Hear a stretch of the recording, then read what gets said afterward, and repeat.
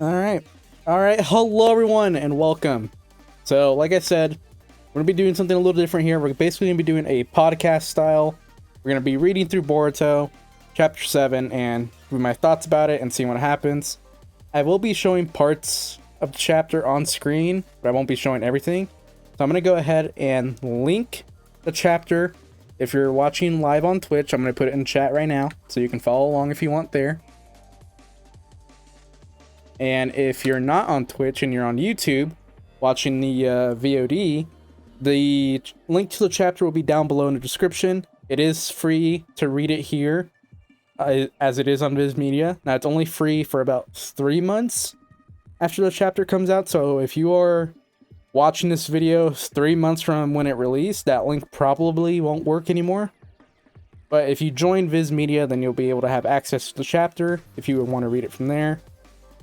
But yeah, so I mean, without further ado, let's go ahead and jump right into this. Go ahead and do this. All right. So let's go ahead and open up the chapter. So the cover of the chapter, of course, it's MITSUKI. Nothing too crazy. They've definitely been going a lot more tamer with the covers, I feel like, as of late, which I'm not sure if I'm a big fan of them doing that. You know, it kind of sucks that the covers are so bland. I mean, I don't know, like, I don't know if bland is the right word, but like, there's no sauce to the chapter covers, you know, like, it's just Mitsuki standing there, you know, like, there's not too much to say about this. I can go ahead and show it on screen. Yeah, I mean, like, look at it. It's just Mitsuki standing there, like, not doing anything too crazy. He's just standing there. I mean, his design is super dope. I do like his new time skip design. I think it's awesome. The all black with the blue accents. It looks great. I know some people have been dogging on his design, but I like it. Plus, it's a very, like, actual, like, ninja look to him. You know, it's not, like, something ridiculous. It's actually very realistic, I feel like, besides like the bright blue boots. But no, it's a really good design. I like it. But anyways, let's go ahead and move on into the chapter. So chapter starts off with a flashback for Mitsuki as he's talking about Kawaki and his son. Now, as we all know, Mitsuki himself has a lot of dependability. Not dependability. He depends a lot on his friends to kind of make him feel better, you know, or kind of give him reasons as to how to live, you know, as he's kind of like learning on what life is. And the main person who would do this is his son, who used to be Boruto, but now that Boruto and Kawaki have switched places, now his new son is Kawaki, or that's who he thinks his son is. So basically, the first couple pages of the chapter is Mitsuki talking about his son and how he is the moon, as he says here. I am the moon, hovering in the darkness, with no light of my own to cast. Which is why he needs his son, Boruto, aka now Kawaki, due to the place switch. And he needs that sun to light him up so that way he can shine as well. He's basically saying that he needs this person to give their life meaning, to make them feel like there's a reason to be alive, you know, and do what he does. Actually be a person. And he's basically just talking about how he needs Kawaki to be that, right? And that's where the flashback ends, and we cut straight into the Mitsuki versus Boruto fight. So the fight starts off, Mitsuki immediately charges at Boruto. Boruto here, as we can see, he throws some shurikens at Mitsuki. Mitsuki manages to block them all using his Snake Sage mode, but we do see that they get stuck in a tree.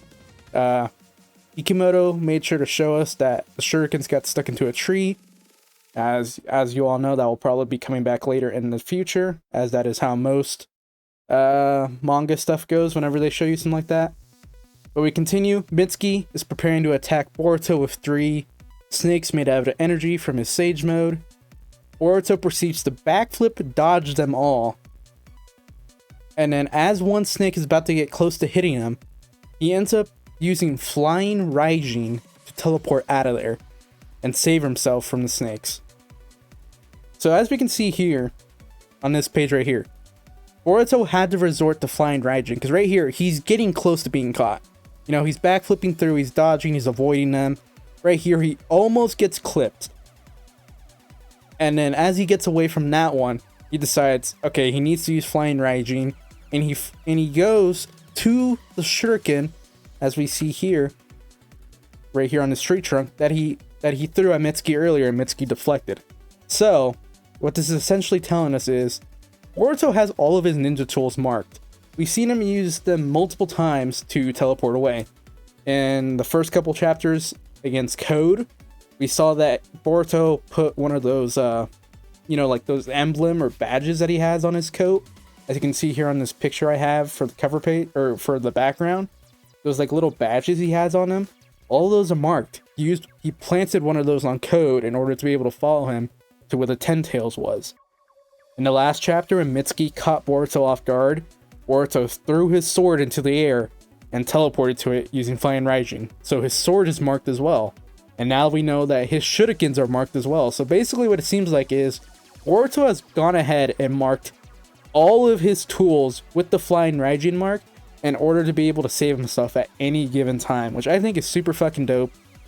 I'm glad to see that Flying Raijin is getting so much use, especially since we never saw Naruto use it. The fact that Boruto actually learned the technique and decided to start using it on his own is just super dope. I love it. Teleportation is just a cool technique, and the way Flying Raijin works with the marks and stuff just makes it even cooler. So, after this, we get Boruto asking Mitsuki where Kawaki is, because Boruto figured that it would be Kawaki that would come attack him once he came back to the leaf, not Mitsuki.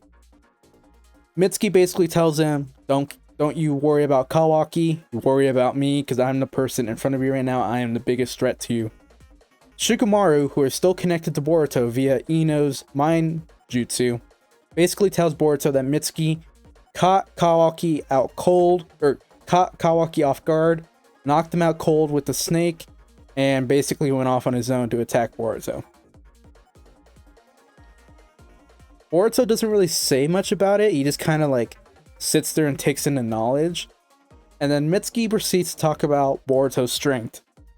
He says that he understands Boruto's strength right now, about how strong Boruto actually is, due to the fact that Boruto managed to make Code retreat from his attack on the Leaf Village. I mean, Code has been the biggest threat. Code has been the biggest threat for who knows how long, you know, with the whole limiters being removed, making him to be stronger than Jigen, being able to take on both Sasuke and Naruto. So Code for the village has been the biggest threat, especially with his techniques. We saw what he did before the time skip, on how he was able to infiltrate the village without any issues, using the belts and his teleportation technique. So Mitsuki is basically saying, you made Code retreat, which means that right now, Kawaki stands no chance against you. That is what Mitsuki feels. That Kawaki would basically get himself killed trying to attack Boruto right now, which, I mean, is kind of a given. We've seen, so far from what we've seen in the time skip, it seems like Kawaki hasn't exactly been training. He's been kind of just, I don't want to say laid back, but Boruto was out on the run training with Sasuke. Who in the Leaf Village should be able to train with Kawaki? The only person that Kawaki would really listen to in the village is Naruto, but Kawaki sealed Naruto away.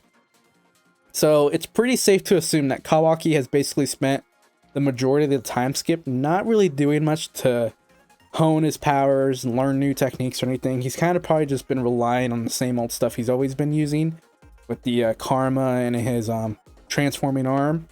So it's kind of safe to assume that Kawaki's just been kind of, you know, whatever.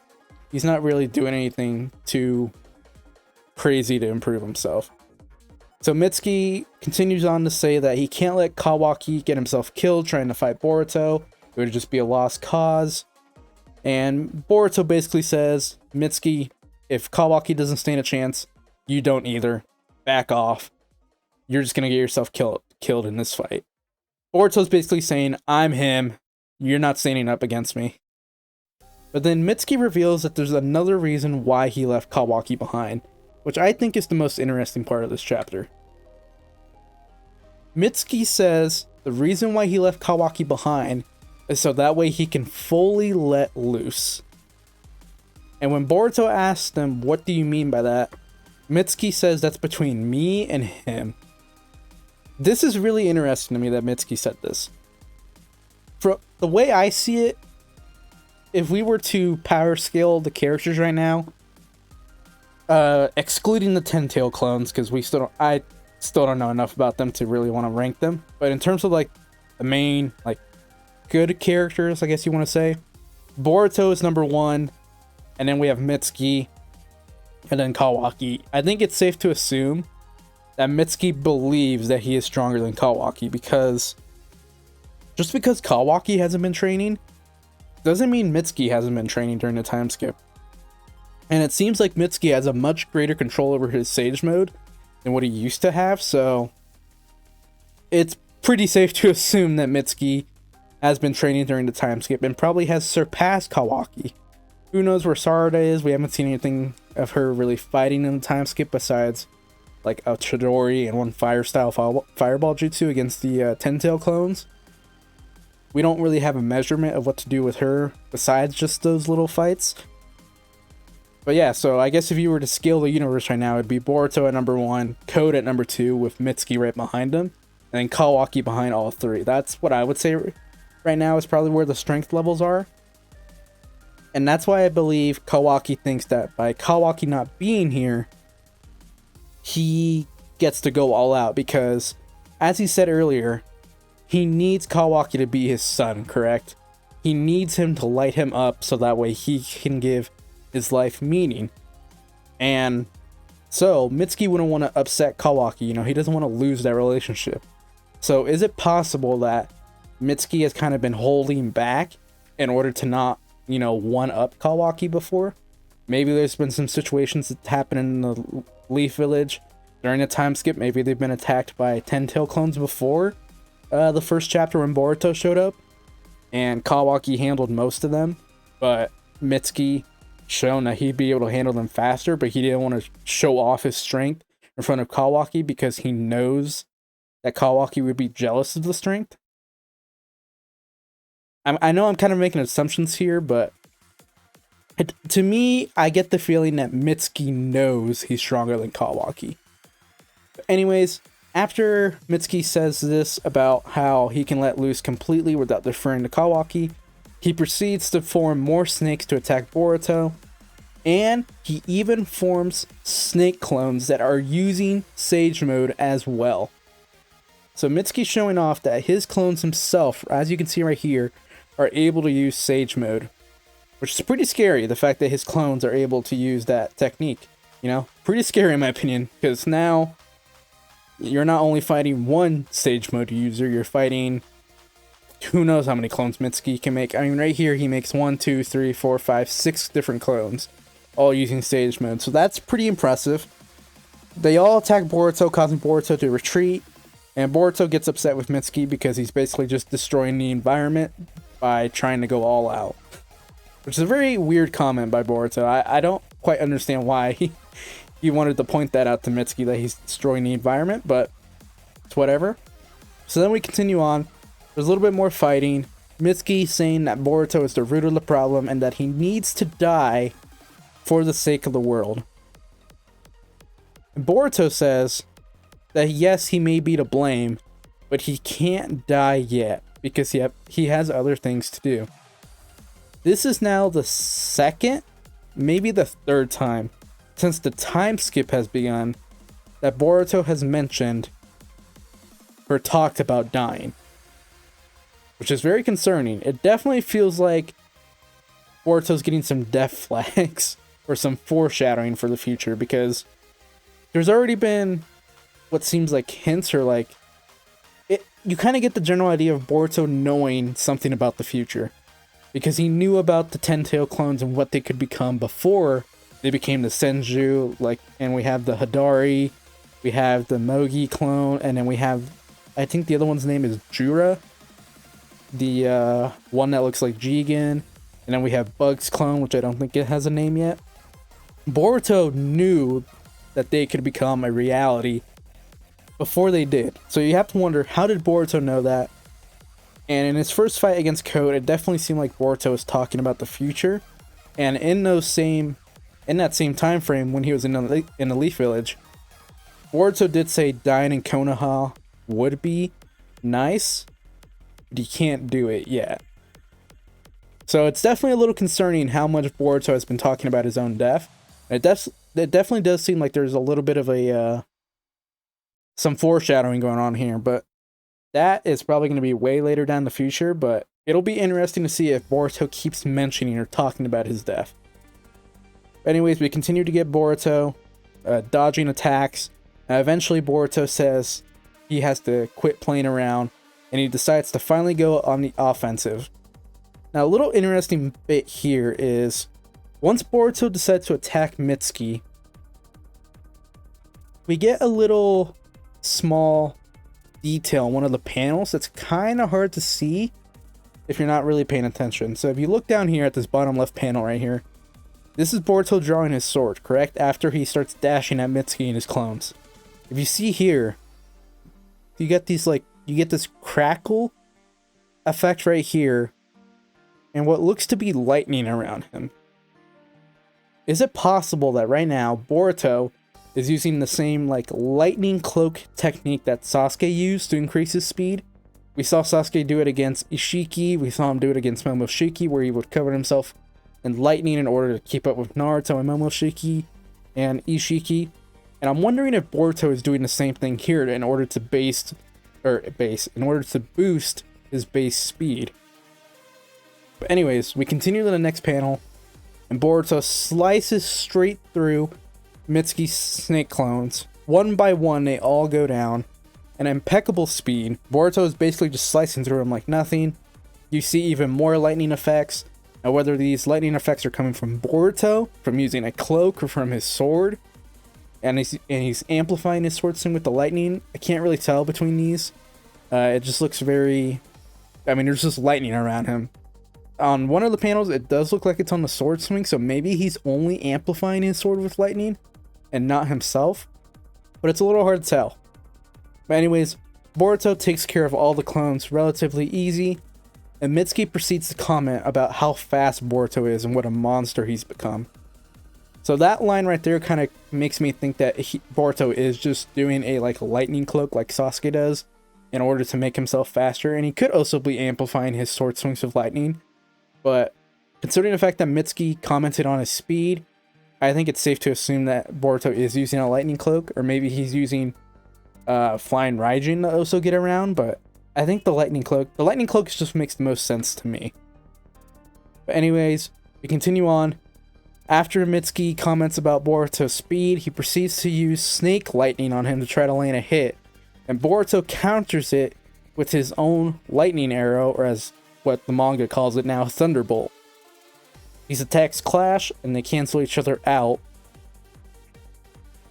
And through the smoke, Boruto emerges and pounces right on Mitsuki, putting his blade right up to Mitsuki's neck, essentially putting him in checkmate and preventing him, and essentially just winning the fight.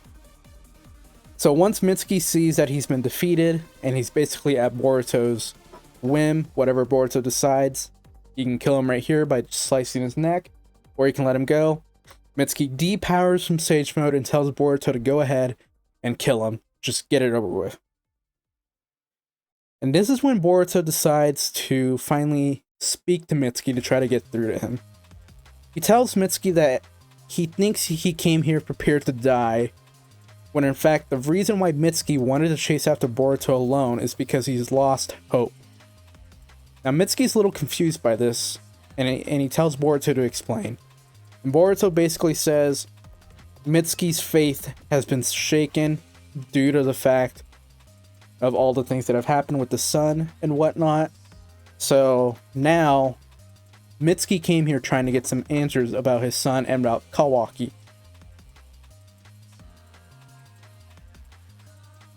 And I lost my place. Where was I?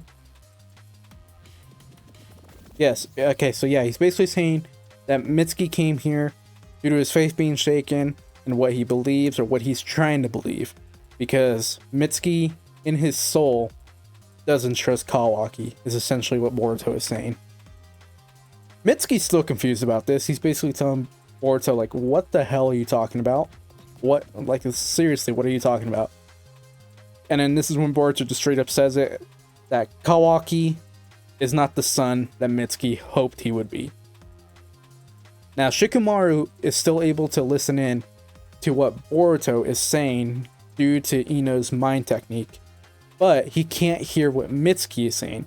So he tries to tell Ino to go ahead and pick up Mitsuki as well, but Ino says no, because if she does that, then Boruto and Mitsuki will be able to hear what Shikamaru and Ino are saying as well.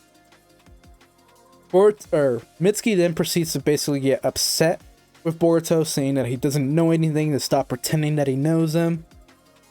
And then Boruto drops a bomb on Mitsuki by saying, I actually know where your actual son is. The actual, like, highlight of your life. Mitsuki's just completely taken aback by this.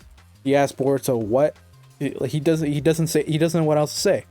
And Boruto finally says it, that he is Mitsuki's son. That it's as simple as that. And right after saying this, Mitsuki immediately entangles Boruto with the snake and gets upset with him, basically saying, how dare you try to impose that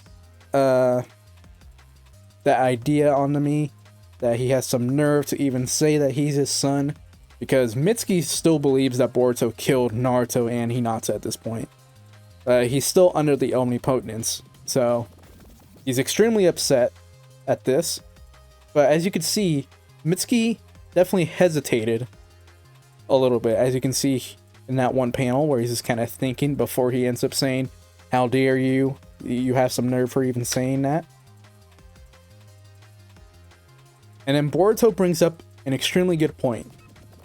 If Mitsuki is truly that upset, why hasn't the snake attacked Boruto yet? All the snake did was wrap itself around Boruto, but it hasn't attacked. And then Mitsuki asks Boruto, well, why haven't you escaped? You've done it before. And Boruto essentially says, it's because I know that you realize that Kawaki is not your son. No matter what you do, you know that Kawaki is not the one who can illuminate you and give your life meaning. Mitsuki proceeds to basically go, this can't be, that's not possible. He's feeling extremely confused. You can see in the drawings that he's panicking. Ikemoto does a really good job of drawing Mitsuki in this part, because you could just see the questioning or like the anxiety on Mitsuki's face as he starts to really think about it. And I feel like he's starting to realize, like, oh shit, like, you know, like, I have been feeling this. And Boruto tells him that while it's okay to be confused, you know it's true. And he also tells Mitsuki that Mitsuki is the one who gets to decide who is your son or what it takes to be his son and give his life meaning. After Boruto says this, Mitsuki releases him from the snake and then proceeds to ask Boruto who the hell he is. And Boruto decides to tell the truth here. He says that he has no intention of killing Kawaki. He does want to settle things with him, but that's between him and Kawaki. But he has said he doesn't want to kill him. Very interesting. Even after everything that has happened, Boruto still doesn't want to kill Kawaki. I'm wondering how this will go on in the future, but at least now, even despite everything, Boruto still wants to just find a way to make up with Kawaki and get those two back to what they were before, and to being brothers as being part of the same family. So then Mitsuki proceeds to ask Boruto why he killed Lord Seventh or Naruto. And Boruto drops the bombshell that Naruto is still actually alive and safe. He also mentions Hinata, but it is interesting here that Boruto actually goes to say that his mom is safe, but then he stops and says that it's Naruto's wife. Very interesting that Boruto will not, or refuses to say that Hinata is his mom. And I think there is a reason for that, but we'll get into it a little bit later. So then Mitsuki is still confused. And remember, Shikamaru and Ino are able to hear what Boruto said. So Shikamaru and Ino are both also taken aback by the news that Naruto is actually alive. But despite dropping his bombshell, instead of continuing that explanation, Boruto decides to instead tell Mitsuki that he's perfectly capable of shining on his own, that he doesn't need a son. But if he does need a son, to just come find him anytime, and he will be there for him. And I really love the way this is drawn right here. This panel of Boruto smiling, looking at Mitsuki, Mitsuki just looking back at him. There's just something really beautiful about this panel. I really like the way it's drawn, the friendship between these two, especially after watching the anime. Despite all the anime fillers and stuff, seeing their relationship, and then the omnipotence and the place switch completely ruining that. It's just very nice to see a little bit of the old relationship between these two coming back, and Boruto basically saying, Mitsuki, if you need me, I'm there for you, even if you don't believe me. Like, there's just something really nice about that. It's just really nice to see that the friendship between Boruto and Mitsuki is still seemingly going to be something that's important in Boruto Two Blue Vortex, which is a good thing. I really like it. So now we cut back to Ino and Shikamaru talking about how Naruto is still alive, and Shikamaru tells Boruto to get away from Mitsuki so that way him and Shikamaru can talk. Then we have a POV switch, and we go to where Kawaki, Ada, and Damon are. Kawaki has finally awoken from being knocked out by Mitsuki. And Kawaki's basically asking, where the hell did Mitsuki go? He's definitely not happy about what happened. We then cut back to Shikamaru and Boruto. Boruto seemingly got away from Mitsuki, or Mitsuki returned to the Leaf Village. It's not really said which way it happened. But Shikamaru is basically saying what has happened.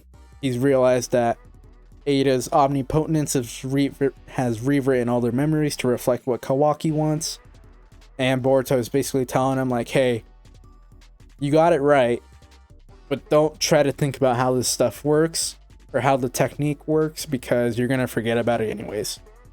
This shocks Shikamaru, and Boruto says that Sarada and the class rep have already told Shikamaru multiple times, but part of the technique is that even though you're told about it or how it works, it just will not stick in your memory. It will keep fading away.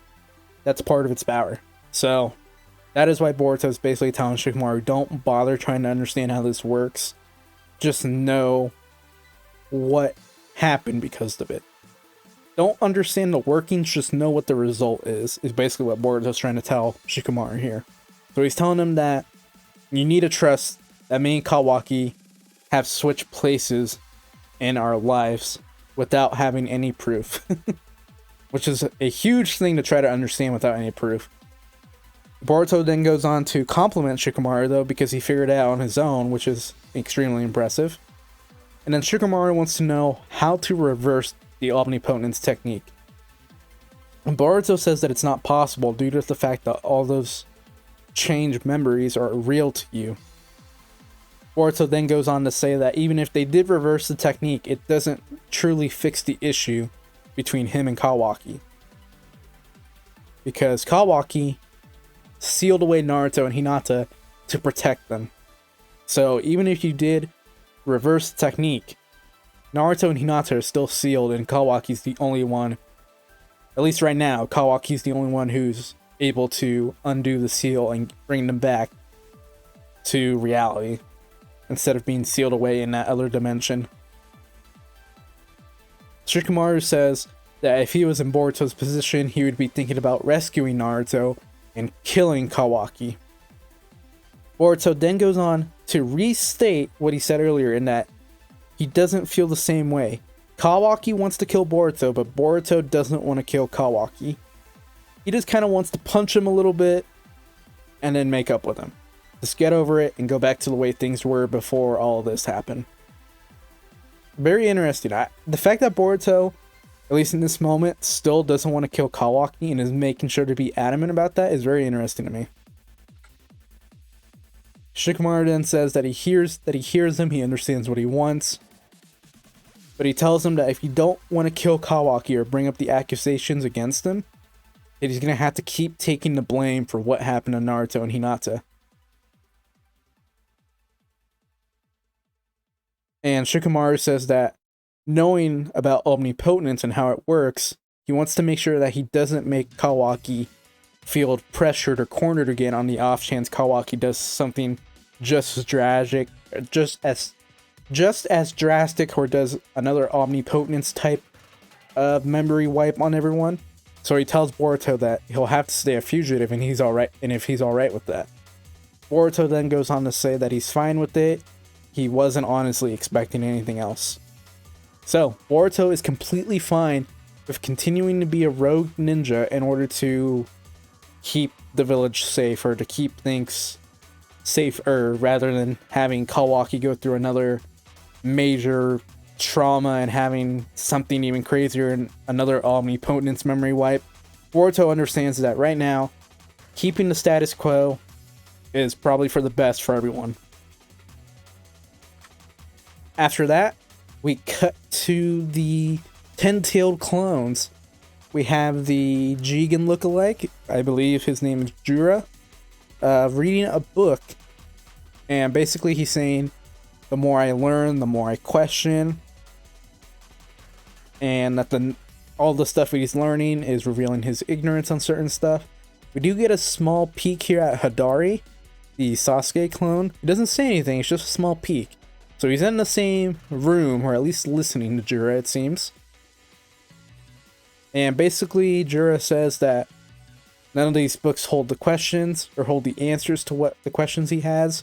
So he says he'd rather just go pay a visit to Naruto himself. And that is how the chapter ends. Overall, really, really good chapter. I say this is like an 8 out of 10, 9 out of 10 chapter. The fight was good. A lot of good art. We got to see Boruto using Flying Raijin. Got him to see him using either a lightning cloak or lightning sword, whichever way you want to say that. Mitsuki showing off his control over Sage Mode, being able to use snake clones with Sage Mode. I think overall, we got a pretty good idea of the strength of some of the characters. Now, I know some people have been saying that this chapter kind of shows that Mitsuki is just that Boruto is just way too strong. If Mitsuki in Sage Mode wasn't able to compare to him in base, how strong is Boruto with Momoshiki? With Karma? Because Boruto has yet to activate Karma once in a time skip so far. We haven't even heard a peep from Momoshiki at all during the time skip. But I don't think Boruto is as strong as what some people are making him out to be. Because if you go back and read through this chapter, Mitsuki might be weaker than Boruto, but the gap isn't as big as what some people make it out to be. Mitsuki forced Boruto to use Flying Raijin to get away from him. Mitsuki almost tagged him with the snake attack at the very beginning. Boruto had to use Flying Raijin to teleport out of there. And I know that you could say, well, Boruto wasn't going serious, because he says later on in the fight that he doesn't have time to play around, and that's when he finally goes on the offensive. And then that's when he does the whole destroying of all the clones. And then he ends up beating Mitsuki by putting the sword up to his throat in order to end the fight. But here's the thing. Later on in the same chapter, just like Boruto said he doesn't have time to play around, has Mitsuki been kind of subconsciously holding back in the fight? Because like Boruto said,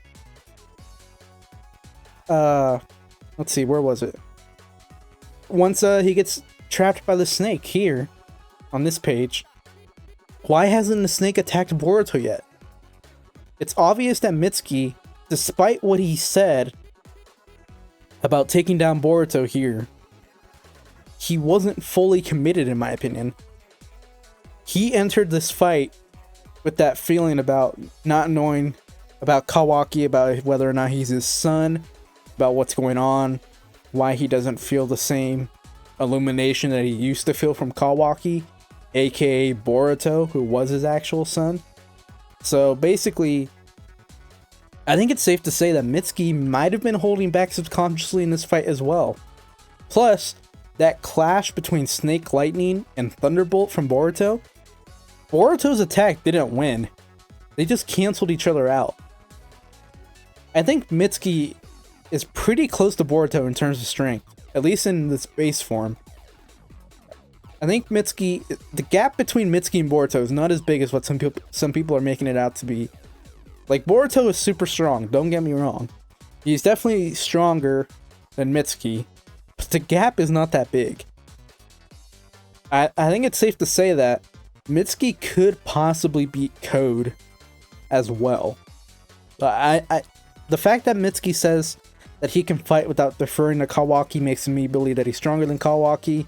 And then the fact that Boruto actually had to get serious against Mitsuki, and then we get the reveal that Mitsuki isn't actually going into this fight with like full intentions to kill. I don't think the gap between these two is as big as what some people make it out to be. I really don't think it is. I really hope that I'm right on this, because there is a little bit of an issue, because like Boruto is already super strong. Once you give him the karma and stuff, like, I don't want this to become the Naruto Sasuke show again, or like the Dragon Ball effect, you know, where Goku and Vegeta are the only two people who can do anything in fights. Like, I don't want that to happen to Boruto. So I'm really hoping the gap between these two isn't as big as what some people are making it out to be, but I really don't think it is. Like, the more I reread the chapter, the more I feel like, yeah, Mitsuki was holding back a little bit. Boruto was holding back a bit as well, if you want to say that. But yeah, the fact that their attacks cancel each other out. Mitsuki, on multiple occasions, managed to trap Boruto with the snake. He did it in the previous chapter, he did it in this one. Even when Boruto was dodging the snakes at the very beginning, Mitsuki almost tagged him and forced him to use Flying Raijin to get out of there. He might have used a lightning cloak to increase his speed. Like, Boruto had to pull out quite a bit here to keep up with Mitsuki, to beat Mitsuki. So, I honestly do think Mitsuki is stronger than what people are giving him credit for. The whole idea of Boruto dying is very concerning to me. It definitely does feel like foreshadowing every time Boruto brings up his death. As he said earlier in this chapter, he can't die yet, or how in the first chapter he said dying in Konoha would be nice. It's very concerning to me, but that's stuff that won't be coming up until the end of the fucking story, so we still got quite a bit to go in that. But overall, this is an extremely good chapter. I really liked it. I don't think the Boruto time skip has missed yet on a chapter. I think all of them have had their good qualities. The art in this one was very nice. The art in the time skip, for the most part, has been nice. There's been a couple of weird little, like, drawings or just very meh, like, it looks, but this chapter is a very beautiful chapter.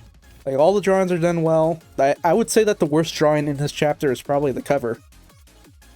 The Mitsuki cover, and it's not even that it's bad, it's just that it's a very bland, boring position. You know, maybe it could have been posing or something, or maybe just have like a couple snakes around. But like, it's still a okay cover. Now, we got a bunch of interesting information. It's nice to see that Shikamaru has been able to figure out how omnipotence works. He kind of understands what's going on. It seems like he's willing to help Boruto in order to accomplish his goals. We're getting a lot of good stuff here.